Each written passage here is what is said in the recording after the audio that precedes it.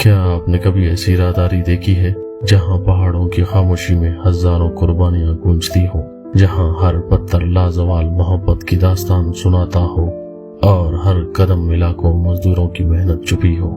یہ ہے میری جین ٹنل، بولان کی محبت کی وہ داستان جو بولان کے پہاڑوں میں دفن ہو گئی، لیکن جہاں آج بھی عشق، محنت اور تاریخ ایک ساتھ زندہ ہیں۔ ڈسکوری بلوچستان کے رازوں بھرے سفر میں ایک بار پھر سے خوش آمدید ناظرین۔ یہ کہانی ہے میری جین کی، ایک برطانوی خاتون جس کی محبت، موت اور یاد ہمیشہ کے لیے بلوچستان کی مٹی میں مل گئی۔ ناظرین، جب آپ کوئٹہ کی طرف سے میری جین ٹنل دیکھنے نکلتے ہیں تو راستے میں کئی خوبصورت مقامات آتے ہیں۔ انہی میں سے ایک مشہور پڑاؤ ہے ماشاءاللہ hotel and restaurant.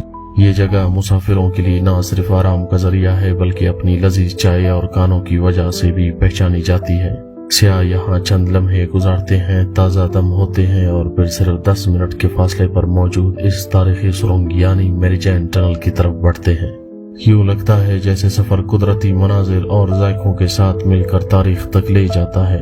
Bolan Balochistan کی ایک نہایت اہم اور تاریخی راہداری ہے جو پاکستان کو زمینی طور پر دنیا کے دیگر حصوں سے جوڑتی ہے۔ یہ صرف ایک گزرگاہ نہیں بلکہ قدرت کا حسین شاہکار ہے، جہاں بلند بالا پہاڑ، قدرتی مناظر اور قدیم ورثہ مل کر ایک تاریخی داستان سناتے ہیں۔ بلوچ قوم اس راستے کو اپنی پہچان سمجھتی ہے کیونکہ یہی وہ گزرگاہ ہے جہاں سے ریاست کلات اور دیگر افواج گزرتی تھی۔ یہ راستہ بلوچوں کی شجاعت، قربانی اور تاریخی ورثے کی علامت ہے جو نسل در نسل ان کے دلوں میں بستی رہی ہے۔ ناظرین، سن 1894 میں برطانوی دور حکومت کے دوران Joseph West food company, London کی مشہور کمپنی کو کوئٹہ تصویری ریلوے لائن بچھانے اور بولان کے دشوار گزار پہاڑوں میں سرنگیں تعمیر کرنے کا ٹھیکہ دیا گیا، جس کا نیپیر یارڈ لندن مرکزی یارڈ میں واقع تھا۔ اسی کمپنی نے اپنے وقت کی جدید انجینئرنگ صلاحیتوں کو بروئے کار لاتے ہوئے پہاڑوں کو کاٹ کر سرنگیں بنائی اور بلوچستان ریلوے کا ایک عظیم الشان منصوبہ شروع کیا۔ یہ تاریخی منصوبہ اس دور میں بر صغیر کی سب سے بڑی انجینئرنگ کامیابیوں میں شمار ہوتا ہے، جس کی یادگار آج بھی بولان کے پہاڑوں اور ریلوے ٹریک کے ساتھ نظر آتی ہے۔ بلوچستان ایک ویران اور غیر ترقی یافتہ علاقہ تھا، نہ سڑکیں، نہ بجلی، نہ تحفظ، لیکن بولان کے کٹھن پہاڑوں میں ٹنلز کی تعمیر کرنا بہت بڑا چیلنج تھا۔ یہ وہ سرنگ ہے جو کوئٹہ سے تقریباً 40 کلومیٹر جنوب مشرق میں بولان کے علاقے میں واقع ہے، اور وہیں ایک عورت ہزاروں میل دور سے اپنے شوہر کی محبت میں بلوچستان کے بیابان پہاڑوں میں آ بسی۔ FLO کالگان اس برطانوی انجینئر پروجیکٹ کی قیادت کر رہے تھے اور ان کی بیوی میری جین بھی اکثر ان کے ساتھ ہوتی تھی۔ اس دور میں بہت سے افسران کی بیویاں ان کے ساتھ کمپنیوں میں رہا کرتی تھی۔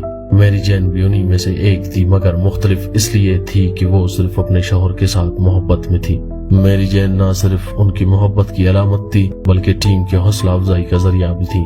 ظفر بلوچ اور نور محمد حسنی جیسے محققین کہتے ہیں، میری جین نے وہ علاقہ اپنایا جہاں کی زمین بھی اجنبی تھی اور زبان بھی۔ ٹنل کی تعمیر کے دوران پہاڑوں کو دھماکوں سے توڑا اور کھودا جاتا تھا۔